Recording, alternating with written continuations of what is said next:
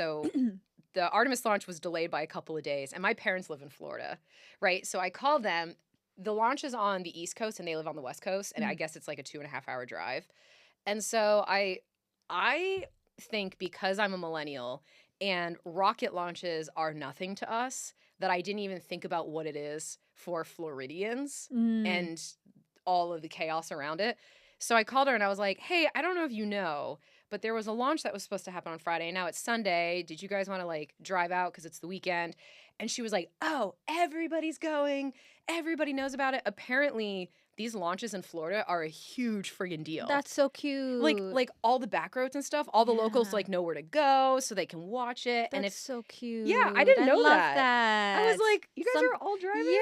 Yeah, something for Florida to be proud about, which they should. It's a big deal. It is. Yeah. And if it's something like this where it's people being sent up or, I don't know, some other record, they all go. Yeah. And I was like, oh, okay, sick. So they've been following it. And the thing that cracks me up about this is for Floridians, it's a big deal. But for the rest of the world and this country, nobody cares too much. Sure. And so I think NASA is finally coming to terms with the fact that, like, you need the influencers. You do. Yeah, you do. Like, you need them because people care about what we say if we say something's cool for the most part. And what I think is so fascinating is we were just talking about this. NASA doesn't pay the creators or the influencers or any media to come out. They just give you entry. Yeah.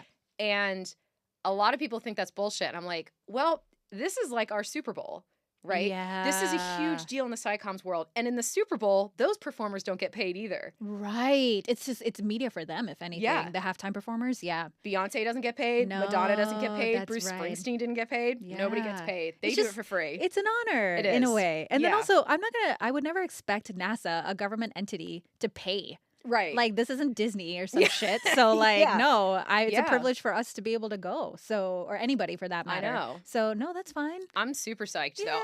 I really hope they don't push it past Sunday. I guess it's really cold in Florida right now. Yeah. I guess it's like 30 degrees, and that's a huge problem. And they're doing a night launch, which is, I wonder, like, what was the point? Okay, in spite of the Timing. weather, just what, but, because it's going around the moon, 10-day trip around the moon and back. Yeah. I'm not an engineer, but what did the specifics of leaving at night have to do with Timing to get to the moon in a certain way. just because of its position, using it as a gravitational slingshot, maybe? Yeah, that plus the FAA. Which I think is so funny that they still control. they need approval. Yeah, like you can still blast it because they have to clear that airspace. Yeah, totally. You know what I mean? And God, Gotcha. I really hope it happens Sunday night. I hope so bad that I it happens. If it's know. delayed even to Monday, I can't do it. Please don't. I know, of course. Please have nice weather. But I'm Yeah. like, I think it's really fascinating to watch NASA and a lot of these other companies come to terms with the fact that content creators, I hate using the term influencer. I know. It has a hate bad rep. But that content creators actually wield a lot of power in the sense of you're a federally funded agency. You are at risk for budget cuts Yeah. every time Congress steps in. Yeah. And if we make people care, the odds of you being saved, your budget at least, are pretty high. That is very true. Because it's Yeah. like, write to your congress member about NASA budget cuts when all that shit was going down last year. Yes, And shockingly, they did all right. Yeah. NASA in Congress has good bipartisan support. But nonetheless, like, we deal with this shit every year where it's like, let's see what fiscal year X brings in. And it's like, well, they're projected to be cut again. And sometimes they get saved, like they, for the most part, did this year. Yes. But you're absolutely right. If the public cares more, then it's a topic you write to your congressperson about, and then they care more, and then so therefore NASA will get more funding. And I think hope about, so, girl. like, all of the pride with what launches used to be like. Yeah. Like when my mom was little, because she's a boomer, right? Like Apollo 11 was, I mean, she was so little. She has no real memory of it. But some boomers who are still alive, especially in Florida, like they remember, to them, it's still a big deal. It should be a big deal. Yeah, they're part of the original hype. And so to them, they still care. But getting our generation and Gen Z and Gen Alpha to be like, okay, this is like our era. Yeah. And we can do more than they ever could. Yeah. Like we can, I use this expression loosely. We can send people to Mars. It can be done. Mm-hmm. Right now, there still needs to be some work, but it's technologically feasible. Yeah, definitely. For sure. is, There needs to be some work done. It's like, I know that you have bills to pay. I know this, man. That bills needed to be paid in the 60s too, right? True. I know you got bills to pay. I know there's a lot of chaos going on, but like one of the reasons why the Apollo missions were so successful from a media perspective back in the 60s is because they brought people together and there was national pride Yep. at a time where, you know, Martin Luther got gunned down, you got Vietnam, you have so many issues. Yeah, Kennedy eventually got assassinated too. Yeah. Yeah, and that like this was a moment where even people on the other side of the planet were like, this is kind of cool. This is kind of cool. This is kind of cool. Humans are we're leaving Earth. Yeah. We're going to step somewhere else. Like, It's you cool. think of the impact of that. Yeah. Literally. And yeah, it lacks. I mean, but you see what we're up against. It's not even like unawareness. It's people who actively are like, this is fake, everything's fake, that too. NASA lies. So like we're going even farther back to have to intervene of just even getting people to believe the shit's real. So I know, they're like AI. Yeah. Like, no, dude. Or like the same bullshit as we brought up before. Well, this is fake. Why was this technology lost? And we've addressed that so many times. I'm not even going to get into it again. Yeah. So it's like even beyond just getting the word out and the excitement, we're also having to combat all the people who genuinely don't give a fuck, like are aware, don't give a fuck, or don't even think it's real. So it's tough. But I agree. As we always talk about being on the forefront of like science communication as content creators and realizing how valuable that is, all these entities and stuff are slowly picking up on that. Yeah. And that's why I remember you brought up before, you're like, I don't know why they're letting me go, and like not people who just purely focus on space, but I think that's great. Yeah. I think you should get people with broader audiences. They should even hire like non-science people to fashion. go. And like, I mean, who cares? Yeah, you know? exactly. Somebody had to stitch those costumes. That's Jesus. true. The space costumes. suits. It's all fake. It's all- No, I'm just kidding. We're gonna edit that part out. I know, made in a studio. They're not still but handmade, are they? I don't know anything about the new designs. I'm sure a human still checks all the Yes, stitching, and yes. I'm sure there's like some human Involved. Yeah, I would like to. But what a cool angle, though, Okay. right? But yeah, in that Yeah. case, get broader influencers to go. I know a few people who have millions of followers and they do like film and sci-fi. Like, Yeah. get one of them to go. Yeah. So like it would just be and so I think maybe that'll happen over time.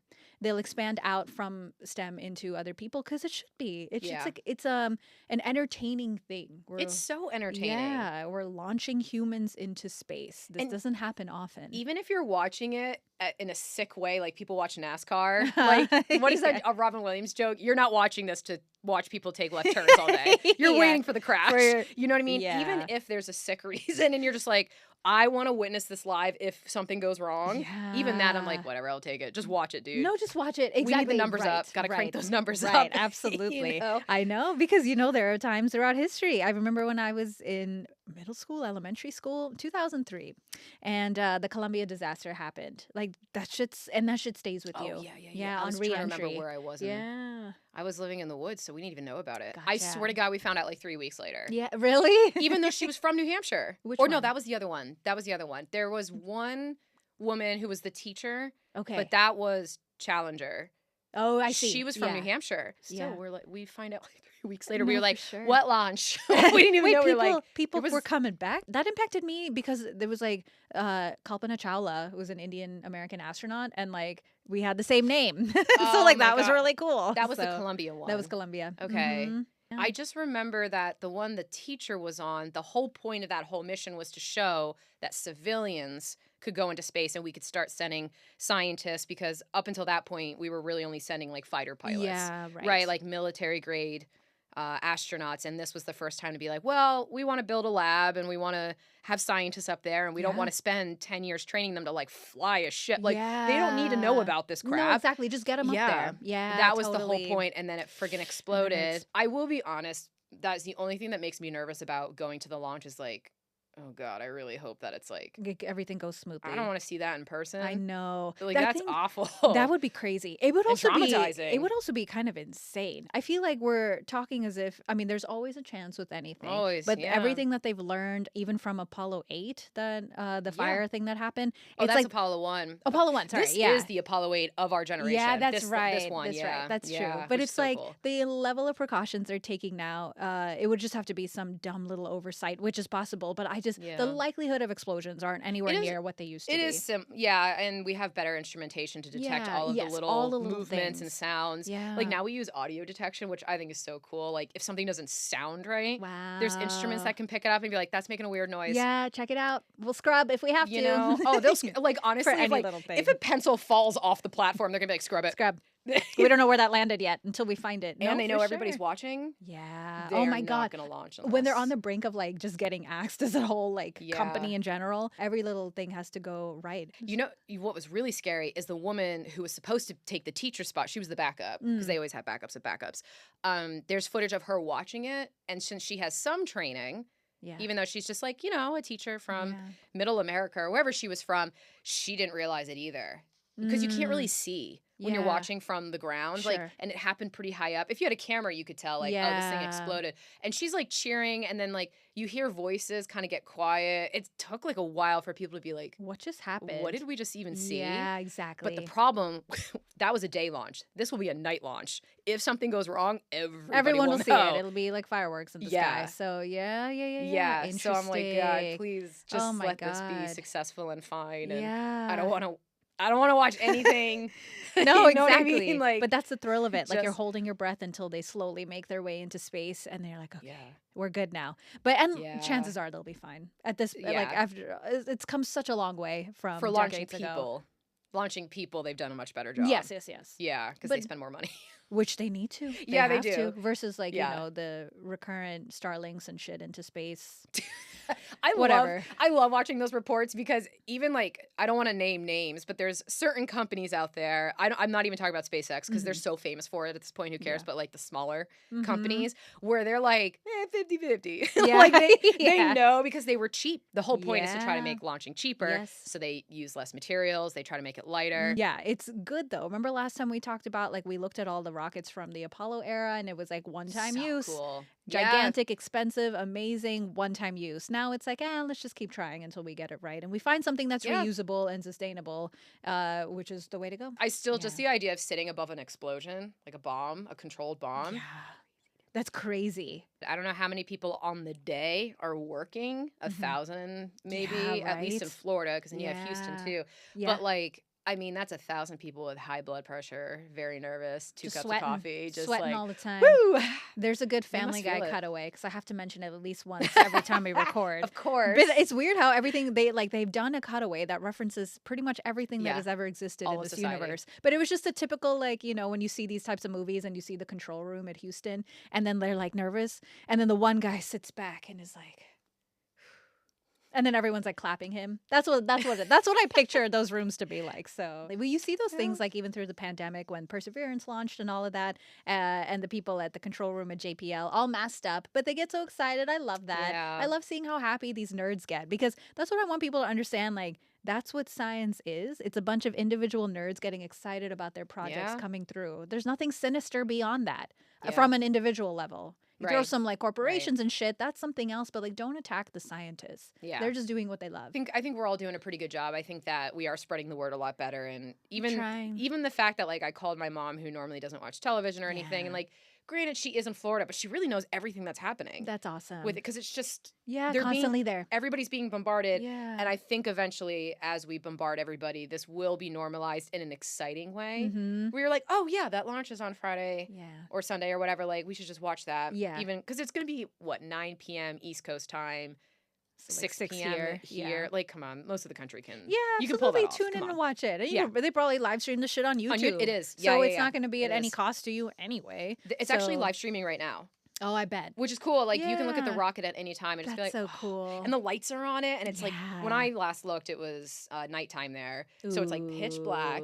This orange thing is just like lit up. That's so awesome. Oh my God, it's so friggin' cool. Man, I hope you get to go, girl. I hope it all works out. I know weather being an issue, but like that's just awesome. And this is phase 2. Phase 3 will be even crazier because that's when we will land the people on the moon itself. Personally, for me, this is the one that I want to see, which I know sounds kind of strange, but it's because I have this really weird obsession with Apollo 8.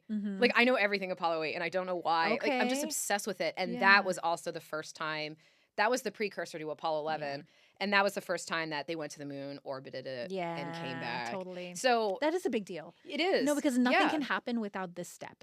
Right, And it's which is the same for incremental. Yeah. Artemis as well, even though it is Artemis 2, but this is the first time they're putting humans in the capsule that they had previously tested, Right. which Yeah. is a pivotal point. And then so without this one working out, then 3 won't occur. Yeah. So I get what you mean. Yeah. So for me, like this is the big mission because Apollo 8 is such a thing for me. I think it's Yeah. because those 3 astronauts, they all vibed on a different level than every Mm. other mission crew. Like Mm-hmm. they were just so uniquely fitted for each other. Sure. Personally, I think they should have been the Apollo 11 crew, and they were supposed to be, but then they got pushed around. 'Cause Yeah. somebody got sick. And then they Normal. were okay with it, which is Yeah. so cool. They're like, we just want to be a part of it, Yeah, y'all. yeah, they were, but Yeah. I honestly think they should have. I think they would. I think they would have handled the media better in the consequent decades rather Mm. than kind of. I mean, on a Buzz Aldrin, he's pretty chill, I guess. Yeah, and he'll punch you in the face if you Yeah, he say the handled moon landing it. is flat or moon landing But is flat. Holy crap, I'm combining all I the mean, conspiracies. and they lived That really long. None of them moon divorced their landing's wrong. wives. They were the only ones that never divorced. They were Every other chill. crew did. They were chill. They were just cool, True nerds. cool dudes. Yeah. So for me, this one, which is the same as the Apollo 8, I'm like, this is the one I want to see because, like, Yeah. yeah, See, it would make a cool movie, but there's no conflict. That's why There's it's not none. a film. there's And yeah. everything went smoothly, and they were chill. The end. I don't think there was any I mean, really, the only Yeah. conflict, and it wasn't even, was who took the picture of Moonrise or Earth Rising. Who Mhm. took that picture? That's been like a No little one joke the knows? 3 of them Oh, have. okay, gotcha. But they were Uh-huh. like handing the camera back and forth Okay. too. So like no one's really sure who took, because it's not like a digital camera where you click it, you see it. Yeah. I took this picture. Like they're just clicking. They don't know who's taking what. I think Jim Lovell's credited with taking that picture. I don't know Jim if I told you or we brought this up because this is our 12th recording by now. No, 14th, 15th, whatever. The numbers are No, so. wait, I've actually, been I don't numbering them know. wrong. So Also, like, but we break up the episodes. do, So we are yeah. less recordings than we are episodes. But anyway, in Apollo 13, the film itself, the scene after they land back and then they're being like congratulated by the people who are, because it was like a Oh, at Navy the ship or end? something. yeah. Oh, okay. The guy who shook Tom Hanks's character's hand was the actual astronaut. Was it? Yeah, a little cameo Oh, for him, which is super cute. I love that. They were just Yeah. such cool people. No, that is awesome. But see, it doesn't make a good film. No conflict. There really wasn't any. We need to create some drama. But like it's such a profound thing. Humans went around the moon. We saw the far side for the first time in That our must have been scary. history. Yeah. And that's crazy. And then the Earthrise picture is iconic as hell. It's And so imagine the good. perspective Oh, it gives you. And that's the whole yeah. point of doing what we do as pioneers in the universe is because, I mean, first of all, curiosity. How could we not? Explorers by Yeah, nature. of course. But then, like, the profound effects it has on you. That's why, like, I want commercial space travel to be a mainstream thing because I want everyone to go Yeah. up there, see Earth from a bird's eye view, see the curvature, and, you know, let it change your life. Yeah. The end. Yeah. So, I'm not our generation, not Gen Alpha. Maybe Gen Alpha's grandkids. yeah. I think maybe Or it'll then. be like a bit more, it'll be more mainstream. Well, like more the rich can affordable. afford it, like a first class ticket. If you can afford a Yeah. first class international ticket right now, You can you're the go to the- same yeah. that could afford An upper atmosphere trip. maybe something Yeah, like that. Yeah, absolutely. I mean, Red Bull pays for that shit. So when they did that, the skydiver, Oh, yeah. and he needed to wear, it wasn't like a full astronaut suit, but it was they made something for him. The sun picture. Something. The one, the skydiver? No. The this was a while ago. Red Bull Oh, I don't paid remember. some skydiver to go to do the highest jump, and Oh, he was I like, vaguely remember that. yeah, and he was like kind of in space. Yeah. The Yeah, and he footage was needed a suit. crazy. Yeah. Yeah. Holy crap. So hey, if Red Bull can If send Red Bull people will out, do it, whenever there's some crazy person who's like, I want to maybe die yeah. doing this Red thing, Bull Red Bull's got like, you. money, here you go, We got you. do it. We're Yeah. trying to give you wings because of heaven. Red Bull's so That's what that crazy. means. Okay, so I'm sure you've heard that Anthropic CEO wrote an essay, it's like 40 pages or some shit, warning about AI. Before we get into that, I mean, it's kind of self-explanatory. He's warning us about AI, especially with the fact that it's just destroying people's jobs and their future. And on top, and in spite of like technology, bursts in technology doing this in the past, like little robots coming in to help assembly lines, that takes jobs away. The point is, AI is like a whole other level of Yeah. erasing jobs, and we also still don't know fully as to how deep that shit will go.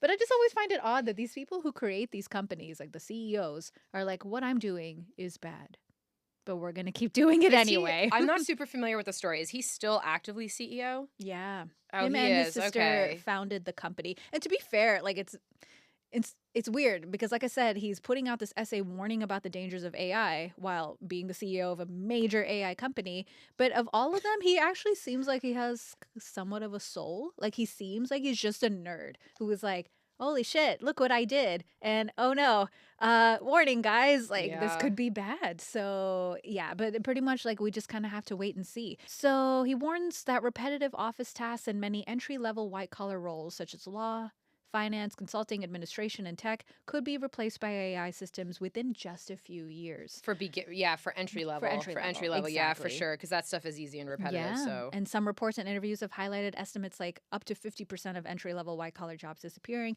and unemployment spiking 10 to 20% in major economies unless action is taken. So he's putting out this warning because he wants government intervention. Even if they might good luck with police, that. right? Well, especially in this administration who actively said they don't want AI regulation. Yeah. But Anthropic actually seems like they're taking precautions for themselves. But then it's like, everybody else needs it to be forced upon them. I mean, he's also worried about, apart from the job stuff, like the misuse of it or like Oh adversaries getting their God. hands on Already it and all there. that kind of Gronk. shit. Yeah. Like, Oh my God, I know. See, and that's the thing. The yeah. lines have already been crossed. So like, it just kind of annoys me though when people are like, "Oh no, what do we do? Even though I created this company, what do we do?" Whoops. Maybe pull the fucking plug. I don't know, but I yeah. will say today I was listening to The Economist. They recently came out with a story about how slowly but surely there's actually been a big rush from companies to rehire the senior developers that they were laying off in the last year or two. Wow. Okay, so originally in 2023, it was predicted that AI would replace like 80% of developers by 2025. The idea was because companies were hoping that AI would be able to write its own code because coding is extremely time consuming. Sure. And so that was the goal, was like, oh, AI will write its own code Mhm. and we save all this time so we don't need these developers. But now they're starting to realize that those capabilities were vastly overestimated because it still can't do that. Gotcha. They still, this is not entry level. Entry level will probably be replaced. Yeah. But senior developers, the people who come in to like, oh, okay, let's like make sure this is right. Like, let's Yeah. review everything. Why isn't this working? To do the course correction, to have that nuance, AI cannot fucking do that. It cannot do that. It has no sense of context. Yeah. So it can't problem solve the way a human Yeah. can. The idea that you can have, and doesn't necessarily mean like an AI company having AI write its own code. It's not even that. It's like banks and anybody that you can imagine. The idea that these people thought that AI could write its own code and you wouldn't need humans at all, that's Yeah. sentient, that's AGI. That is the type Yeah. of AI that you're talking about that can feel and make Yeah. conscious decisions and contemplate philosophy. Like, dude, we Yeah. are so not there yet. In Yeah. what world did you think that it would be able to fix a code that's mistaken? So Yeah.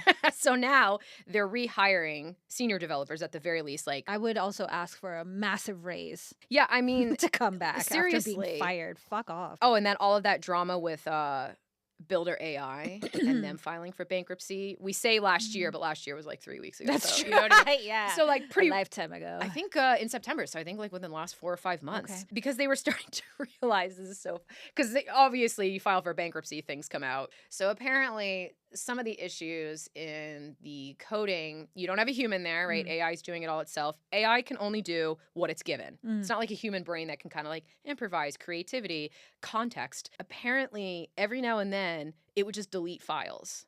Like permanently delete them, thinking like, oh, this isn't applicable, and there's no troubleshooting to confirm or deny that request because it's managing itself. Sure. And then it just was deleting files. Yeah. And they can't even trace it because all that was deleted. Yeah, And it was just an totally. absolute circus. Oh my God. So obviously hindsight is 2020, Sure. but the context capabilities, the improvisation, the troubleshooting will always have to be done by a human until we have fucking AGI, which again, Yeah. we don't even know how to define that or what Yeah, exactly that's it's going right. to look like. How do we confirm that this thing's conscious? Yeah, who yeah. Fucking No, exactly. The parameters are just so broad, not even defined actually Yeah. at that point. So, like, while I do think there's going to be a huge Luddite kind of movement where all of the lower That's a good word. entry college graduates, who where the fuck are they going to go? Yeah. I do think that's going to happen, but I think this idea that all jobs will be replaced and AI is going to be just as smart as a human is fucking insane. Yeah, it's nowhere What? near that point. No. But it goes to show you though, like, because AI is not really my cup of tea either in terms of like knowing enough about it. I would never think we're at that point where it's like Terminator world domineering, which people are like ready to, jump the gun. They think that'll happen within our, not our lifetime maybe, but like within the next 5 years or something. Yeah. But no, not yeah, God, no, not in 5 years. Yeah, we're not quite there yet. When people message me about like what to go to school for, do you know anything about this career? It's like, yeah, 20 years ago, colleges right now, they're providing career opportunities, or at least they're developing the trajectory of a degree based on careers that existed 20 years ago. Yeah, so I'm like, that's right. It's not really applicable. So I don't know what to tell people because I'm like, oh, if you're a senior, whatever, in the tech world, you're probably fine. Yeah. Because that's like the crux of human intelligence. Yeah, that's right. And AI can't freaking do that. Yeah. But like, yeah, if you're given just a data set and you're just, AI can enter that too. Yeah. You don't need a human for that. No, you don't, girl. And there's Sorry. I don't know if do you know about the Atlas robot from Boston Dynamics? That's like yes. Yeah, it's developed. Boston Dynamics, oh my God. It's developed like crazy since like 60 Minutes first interviewed them years ago to now. This thing is insane. So Hyundai, I didn't know, is essentially majority of owner of Boston Dynamics. Did not know that. Yeah. Okay. And so at their plant in Atlanta or Savannah or somewhere in the South, the Hyundai plant, the Atlas robot is almost to a point where it can replace some of the just generic factory worker jobs. Yeah. But this robot's crazy. The dexterity of its 3 fingers is nuts. It is 3. It's 3. And it does some crazy shit because like the 3, one can go here, it can widen out. So I'm like, my mind goes to crazy places, of course, as a woman, but I'm like, those are interesting. Those are interesting hands. Is it battery? Can a TSA gonna put up a fight if I bring that on a plane? Like, what's up? Yeah, exactly. You gotta bring it with me for a 2-week trip, man. It's like where people are single now more than ever. But this thing is actually, it's crazy. It's super cool. Like its joints move all over the place because there's no wire crossing in between segments. So it can its torso can rotate 360. It can do some crazy shit. And it doesn't have as easily of a chance of breaking down again because the wires aren't crossing between all the joints.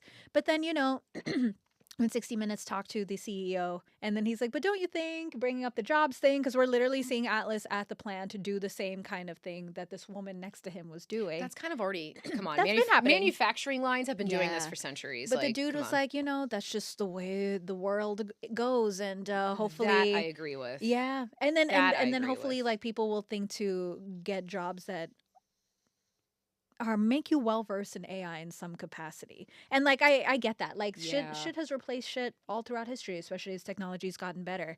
It's just like, damn, but you can't help but feel for people who are like, I just wanted a 9-to-5, dude. I just wanted to show up and inspect some shit. Now like I have to be fucking like tech savvy and shit. Like you're telling me the only jobs that'll be available in the future have to revolve around AI.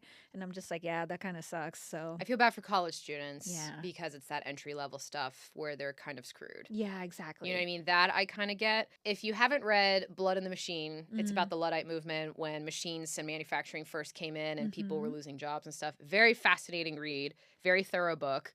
I think it's on Audible. It's got to be. I'm pretty sure it was like a popular book when it first came out a couple years ago. Back in that day, when everybody was losing their jobs, there was no global economy for people to pivot and figure out something else to do. Our jobs didn't exist even 20 years ago. You had SciComs. You had Bill Nye and Carl Sagan and Neil deGrasse Tyson. But they were only 3 anyone can ever honestly, think of. They really are the only main 3 because it was TV. Yeah. And you have TV slots and it's like night hosts and all that. There's only like X amount of them because there's only X amount of channels. Those slots. Yeah, totally. So it kind of made sense that there's really only a few of them. But now you have social media. Yeah. So even though, when I first went to school for mathematics, I was anticipating being in a lab all day. That was the trajectory. That was, you either became a teacher or you worked as like a consultant for a tech company or, you worked alone. That was the appeal of the job. I just wanted to be like, leave me alone. Nobody knew this was coming. No, not at all. So even though I probably would have gotten pushed out eventually, right? Because math is at the lower level pretty easy to replace. AI can do that. Oh, sure. At the higher level, it's the difference between entry level and senior. Yeah. Right? Entry level, I would have gotten pushed out. If I made it all the way to senior level as a mathematician, I would have been fine. So I probably would have gotten replaced back in the day. But then I can do this. So I don't know. I think that fields we don't even expect and we don't even know exist are going to pop up. Yeah. Because who would have predicted this? Yeah, no, Who could have predicted this? There weren't even communication classes offered. Right. Because it was so out of the STEM universe that they were like, why would you need to be able to communicate this? Yeah, like people just will follow us, won't they? Like we tell them what's right and wrong and they'll follow. Yeah. No, not anymore, guys. No. Look at what you did by not bridging that gap sooner. Yeah. But I know, and the thing is too, like so the majority of us hopped on during the pandemic. We just gave into TikTok. Right. I didn't know it was a thing until then. No, I did it because I was bored and like, my Yeah. job at Griffith was shut down. So I was like, let me just talk about space Yeah. online just for fun. And like it just led to what it is today. It was never You and everybody else, all my you know? trajectory in Hollywood Yeah. whatsoever. So, and I'm glad that it does. Sadly, at the same time, like we have to do it, and there's so many of us because we're fighting the other side. And like, yes, we would probably still do it if like we definitely would still do it if anti-science didn't exist. But like it's fueled more because it does. So it's like a necessary reaction to what's happened in this country. We're trying the best, but the point is absolutely fact check. But just don't act like you know better than someone who genuinely knows better than you do about that subject. Yeah. That's what it kind of comes down to. Be willing to be admit that you don't know, and that's why you want to learn. Like, isn't that so fun? Isn't that why we read books? It's because we want to learn things we don't know. Oh my God. So another tangent. The reason behind that is because even though I don't like medical stuff, for some reason, neuroscience is fascinating to me, even though I barely understand it. Because I didn't go to medical school. But apparently the part of your brain that feels pain, processes pain, experiences pain, lights up when you're wrong. I can imagine. Yeah. It's like a hit to the ego. It's not like a full encompassing, it's like, full pain. But a portion of it is lighting up. Like being wrong actually has like a physical reaction. Because everybody tries to chalk it up like, when you were in school, you got punished. It's like, no, actually, I think it goes deeper than that. I think there is like a punishment factor. Clearly, there is a punishment factor of some kind that your brain does to itself when you make a mistake. Sure. But it kind of makes sense from a survival perspective because if you're in the I was wild just gonna say, and you can't make a be wrong. mistake, you could die. You could die. You could put your whole little tribe at risk. Right. So why wouldn't your brain kind of punish you for making a Yeah. mistake and like give you this sense of pain? The trick now is to try to convince people that like, I know that you are being like pain's being triggered in your brain on a neurological level, even if it's just a little bit. Yeah. So you have to kind of trick yourself into enjoying some aspect of it then. Right. And for me, Intellectual BDSM, y'all. kind of, yeah. For me, it's the fact that, but now I'm going to be right. That's what I try to tell myself. I make a mistake. I'm like, oh shit. And then I find the answer. I'm like, no, I'm right. Satisfied. Yeah. Wow, fascinating. And I try to like hunt that feeling down. And it's gotten to the point in my life now where if I make a mistake or I don't do something well, I'm like fixated. Like I'm addicted to getting it right. And then I'm just blasted with serotonin or dopamine or whatever it is. no, you know? totally. So like maybe do that. I don't know. Yeah, I don't know if that's exactly. good. Right. That's my method. No, that's a really good idea. See, it comes from like an empathetic standpoint. I get that you're literally hurting because you're wrong or Yeah. you don't know. Yeah. You dumb bitch. But you will Yeah. feel great once you do know. Right. But I feel you. Yeah. Like this So, is temporary. yeah. Let's hunt down the good feeling. Yeah.